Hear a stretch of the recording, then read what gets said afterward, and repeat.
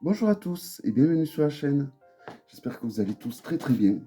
Donc dans cette vidéo, je vais vous présenter un tarot grimoire de Pamela Stidlel, qui était un tarot qui était auto-édité, qu'on ne trouvait plus trop. Et donc il est passé à mass market et en plus il est mieux réussi, je trouve, que la version auto-éditée. Alors ça c'est personnel. Donc par contre j'ai des petits soucis au niveau de la boîte, elle était un peu abîmée. Donc, sinon, il arrive dans une boîte cloche, comme ceci. Enfin, une boîte cloche, non, c'est pas une boîte cloche, une très grande boîte. Plus grande que le tarot arthurien, pour vous donner une idée. Donc, elle s'ouvre avec un rabattant aimanté, comme ça. Et donc, vous voyez l'intérieur, ça a été complètement abîmé. Donc, moi, je vais tout enlever et j'y mettrai directement le jeu. Ah, mais il faut... Ouais, je vais voir. Voilà. Donc, après, c'est... Voilà. Je pense que le mieux, c'est de tout enlever, de mettre le jeu dans un pochon et de le mettre dans la boîte. Oui, moi, c'est comme ça que je vais faire. Ou je vais le renvoyer. Encore, j'ai pas trop réfléchi à trop comment j'allais faire, si j'allais le conserver dans la boîte ou pas. Donc, il arrive avec un très grand guidebook en couleur. Voilà. Vraiment tout en couleur. Très bien fait. Vraiment très bien fait. Nous avons 189 pages. On a les correspondances avec le futard donc des runes. Voilà, juste à la fin. Il est très bien fait, je trouve, comme livre. Il y a pas mal de tirages qui sont proposés. Donc vous avez le tirage à une carte. Vous avez un tirage à 3 cartes, un tirage à 4 cartes, deux tirages à 4 cartes, un tirage à 6 cartes si on compte l'identifiant. C'est pas vraiment un identifiant d'ailleurs. Et une croix celtique étendue. Voilà. Qui peut être intéressant, qui est faite pour ce jeu d'ailleurs. Donc c'est un jeu très terrien. Il va très bien avec l'élémentaire de la Terre, que souvent... Alors il a d'autres tirages que j'ai oubliés. Des grands tirages encore. Oui, je regarde, non. Alors il a encore un tirage à 7 cartes et un tirage à 10 cartes. Que j'avais pas vu. Voilà, donc c'est... Ma foi, je trouve que c'est un gamebook... il est très bien fait, je trouve. C'est dommage qu'il ne soit pas traduit. Je ne sais pas si ce jeu sera traduit en français, mais en tout cas, s'il est traduit, ça sera très intéressant d'avoir ce bouquin. Voilà, donc pour les majeurs, autant pour les majeurs que pour les mineurs, il y a autant de choses. Il y a là pour écrire ce qu'on veut. Alors moi, j'ai déjà commencé à écrire au niveau des arcanes supplémentaires. Il y a 10 arcanes en tout supplémentaires. Donc là, vous voyez. Et même au niveau des arcanes mineurs. Donc on a 4 arcanes majeures supplémentaires et 6 arcanes majeures. Alors pour les arcanes mineurs, il y a en effet un petit peu moins de choses, vous voyez. Mais il y a quand même pas mal de choses qui est écrit. Et ça, c'est intéressant quand un auteur ne met pas de côté les arcanes mineurs. Je regarde au niveau des personnages de cours. Non, c'est pareil. Un petit peu plus peut-être. Voilà. Voilà, donc un très joli guidebook, de bonne qualité, il a l'air. Donc voilà. Le jeu. Donc moi je l'ai mis dans un pochon, parce que la boîte, elle tenait plus trop le coup. Heureusement les cartes sont de plutôt bonne qualité, j'ai envie de dire. Voici le dos. Elles ont l'air un peu plus grandes qu'un tarot lambda, si on compare. Ouais, plus large et plus haute. Donc oui, la qualité est très bonne, moi je trouve. Le dos aussi, assez sympa. Et alors avant ce jeu, alors là par exemple on a le fou, on avait un cadre de chaque côté de la lame, comme ça. Un gros, ça faisait un peu un cadre tribal, 2 colonnes tribales sur toutes les lames. Bon. Donc le fou. C'est un jeu qui est très proche, très fidèle au Rider, je trouve. Alors certes, certaines illustrations peuvent prendre, alors vous voyez l'épaisseur, voilà, il est assez épais. Certes, certaines illustrations ont leur propre un peu interprétation, mais ça rejoint totalement le rider. Hein. La papesse, l'impératrice. Il ressemble beaucoup au Anaka Taro, je trouve. L'empereur. C'est vraiment un jeu... Il me parle beaucoup, en fait. Le hiérophante. Et c'est... En général, j'ai du mal à accrocher aux jeux qui suivent le rider, qui... Et là, je suis content d'être tombé enfin sur un jeu qui suit le rider et qui me parle. Que je sens que je vais utiliser et garder, du coup. Le chariot. Donc, il a un côté un peu fantastique, moyenâgeux, hein, un peu comme le tarot arthurien, vous voyez, avec des dragons, l'ermite. Les lames sont vraiment très agréables au toucher. Donc, c'est sur du brillant, hein, ça brille un peu. La justice.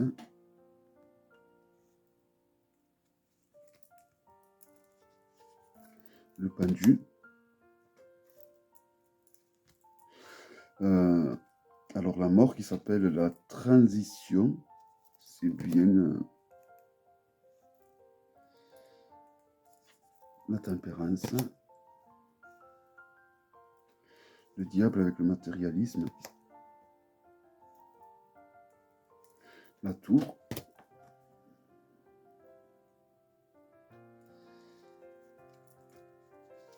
L'étoile. C'est un peu plus gentil qu'un rider, il me semble. Un peu plus doux. Donc la lune, le soleil. Le jugement. Et le monde. Voilà, et donc là on va passer aux arcanes supplémentaires majeurs. Aux arcanes majeurs supplémentaires dont j'ai pris des petites notes que je vais vous dire. C'est pas grand chose, j'ai juste traduit juste quelques mots pour que je reste vraiment au niveau de l'intuition dans les rails, hein, de ce que veut dire la lame. Je ne vais pas tout traduire, je pense pas, à part de temps en temps peut-être. Oui. Alors là, on a le Weaver. Donc ça veut dire qu'il y a un but dans le grand dessein.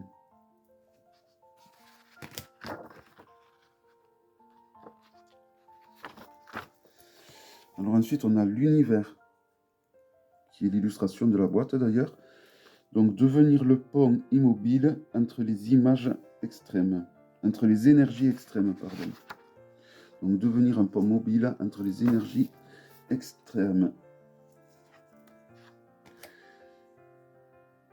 Honnêteté personnelle, reconnaître la vérité de votre vie implique la reconnaissance. Parlera à certains peut-être, ou certaines. Embrassez les ombres, vous honorez la lumière. C'est souvent le cas. Et la dernière, non, l'avant-dernière. Faire l'expérience de la création à tout niveau et sous toutes ses formes. Permettre à l'univers et à vous-même de se déployer. Et la dernière qui est donc, je suis.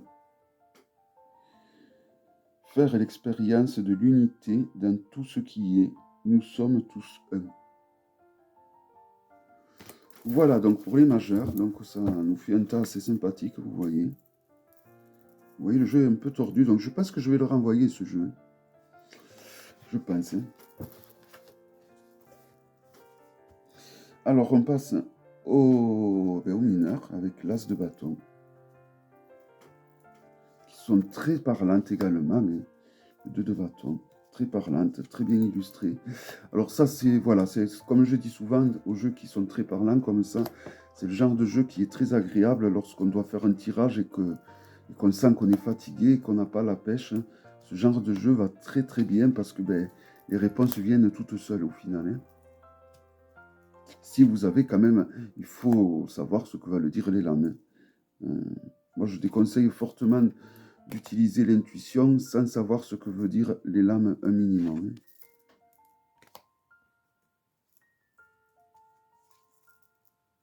Et le 10 de bâton. Le page. Donc on a la dame, un lame supplémentaire pour les mineurs, le cavalier, la reine,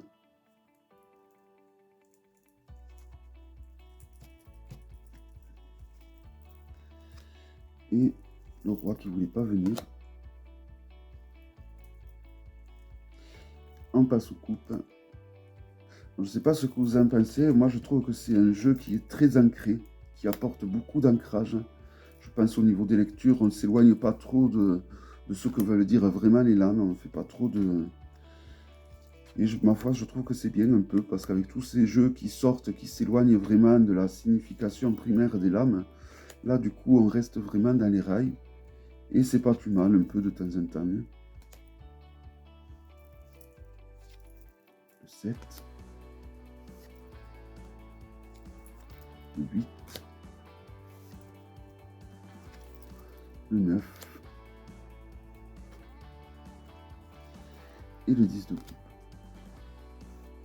Les personnages de cour avec le page,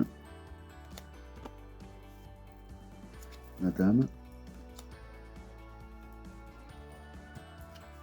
le roi, non, le cavalier, la reine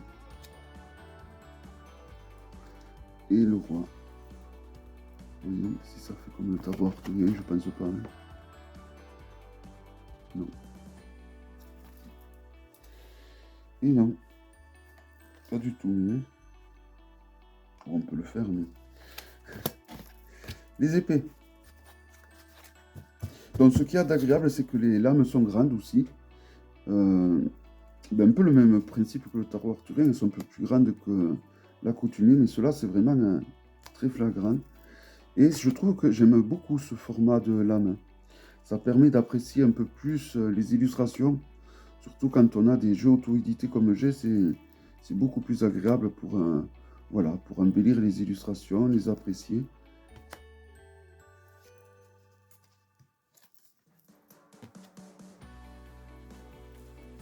Le 8.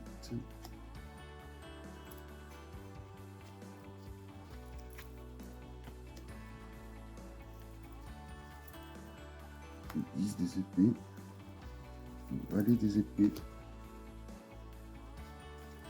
La dame des épées. Cavalier des épées. La reine. Et le roi. On passe au pentacle ou au denier.